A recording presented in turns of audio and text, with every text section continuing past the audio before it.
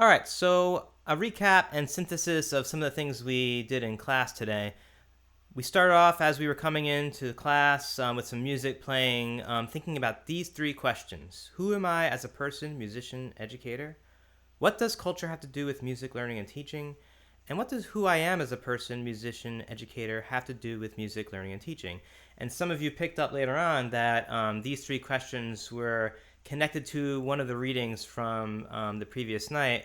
For those of you curious about the book that we were reading, it's Culturally Responsive Teaching in Music Education: From Understanding to Application by Linda McCoy. Fantastic book. If you haven't looked at it, I highly recommend it. So much great thinking in there, and it really provides a lot of openings for thinking through really important issues for music learning and teaching. We were looking at chapters 1 and 2 last night, and thinking through culture and how culture relates to music learning and teaching, and also where we are and all of that. And then right after we had everyone in the class and we were ready to go, we began, as I think we'll begin most classes, with some breathing and centering ourselves. Everyone had the choice to have their camera on or off, and we did some breathing together. As we were moving into that, I invited everyone who was able to stand, and we had a brief conversation about the notion of ableism and to what extent are we thinking about who we're speaking to, how we're thinking about the invitations that we give, a little bit about how music learning and teaching sometimes views the world through ableism and doesn't take into account being as inclusive as it possibly could be, and for us to think through that for this semester. But we launched right into these questions and having some conversations about some themes from last class, about two questions.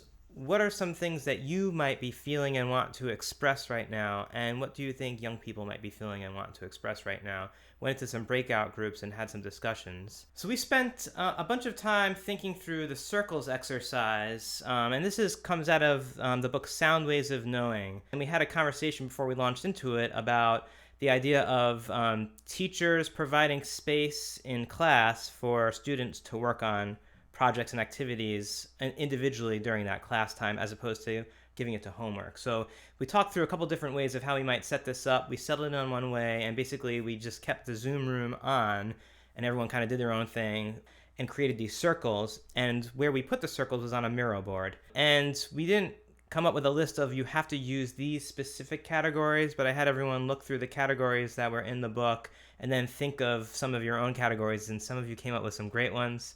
It was fun watching them emerge. Spend some time creating the musical circles. I encouraged you to listen to some of the music that you were talking about as you were doing this, and then we put them all on the Miro board, and then when we came back to class, we had a brief conversation about, well, how would we share this with each other? What would be some approaches to doing that?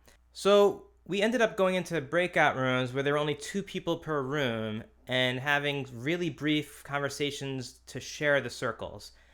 And we cycled through a couple of times, came back, and had a larger conversation around some of the things that emerged in your conversations, what you found, what you experienced. It was great, a lot of really great conversations, and one of the things that emerged was the idea that there are some similarities, there are some differences, and it's interesting to kind of think through our musical backgrounds and our musical cultures and how that might impact who we are as people, and also what that means for us as music teachers. We came back to some of the themes from chapters 1 and 2 from Linda McCoy's book. And if you remember, I shared a story with you about one of my early years teaching. This was probably my first or second year of teaching, where I mentioned that I had a lot of students from Dominican Republic in my class, and I thought it was really cool when I had found a Smithsonian Folkways recording of Dominican folk music. So I brought that in class, and I shared how, in my mind, this would have been a great connection with students in the class, and I played the music for them, and they had no connection to it at all. And we kind of talked through, like, what were some of the assumptions and problems that were going on there? What kind of mistakes did I make? What could I have done differently? And I mentioned to you that at that time, students were much more familiar with and interested in reggaeton than they were folk music from the Dominican Republic. So I think we had some pretty good conversation around that, and that where we left class was thinking through issues of culture and how culture relates to us and students and our classrooms. For those of you in class, looking forward to connecting with you next week. For those of you who are not in our program and not in our class, would love to hear your perspectives. What are some of the things you think we should be talking about? What are some of the things that you see happening in your classes that you think undergrad students who are learning how to teach, who are about to go out into the field, should be thinking through right now? Leave some comments, leave some thoughts, private message me. Take care. See you soon.